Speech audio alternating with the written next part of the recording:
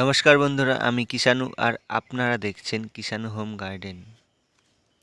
তো বন্ধুরা, আজকে এই চন্দ্রমল্লিকা গাছগুলি দেখুন, আজকেও দুদিন আগে পিঞ্চিং করে দেওয়া হয়েছে। ছোট ছোট ডাল ব্রাঞ্চ বেরোনো শুরু হয়ে গেছে। এই গাছে এখন খাবার দিতে হবে।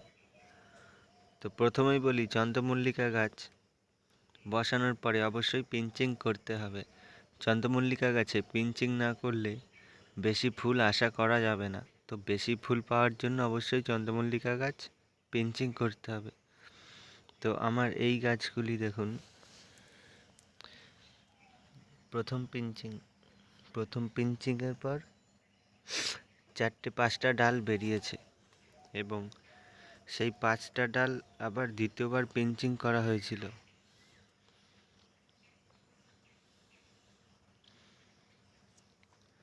এই 5টা ডাল পিঞ্চিং করার পরে আরও অনেকগুলি ডাল হয়ে গেছে এবং এইটা হচ্ছে তৃতীয়বার পিঞ্চিং। তো বন্ধুরা, এই গাছটি আমার 3বার পিঞ্চিং করা হয়ে গেল। এই ছোট টবেই রয়েছে 4 ইঞ্চিতে। এবার এই গাছটিকে ফাইনাল পটে দেওয়ার সময় চলে এসছে। আর মাত্র 4-5 দিন পরেই আমি ফাইনাল পটে দিয়ে দেবো।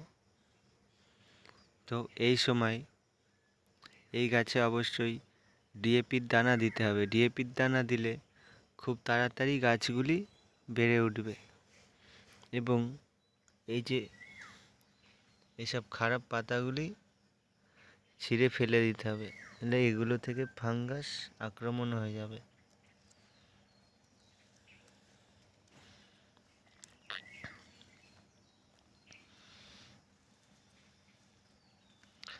গাছের নিচের দিকটা অবশ্যই ফাঁকা রেখে দেবেন।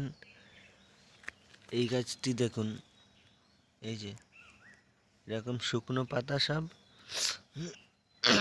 ছিঁড়ে ফেলে দিতে হবে।